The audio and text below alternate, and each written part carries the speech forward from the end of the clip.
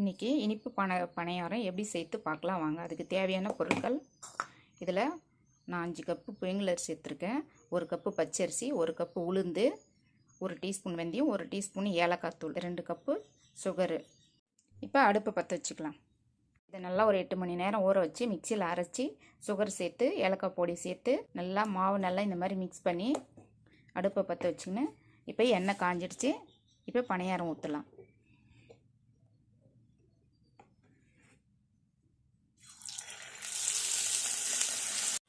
இப்போ பணியாரம் நல்லா வெந்து வந்துடுச்சு. இந்த டைமில் எடுத்துக்கலாம். அவ்வளோதான் ஃப்ரெண்ட்ஸ், இனிப்பு பணியாரம் ரெடி ஆகிடுச்சு. நீங்களும் உங்கள் வீட்டில் செஞ்சு சாப்பிட்டு பார்த்துட்டு பிடிச்சிருந்தா லைக் பண்ணுங்கள், ஷேர் பண்ணுங்கள், கமெண்ட் பண்ணுங்கள் ஃப்ரெண்ட்ஸ்.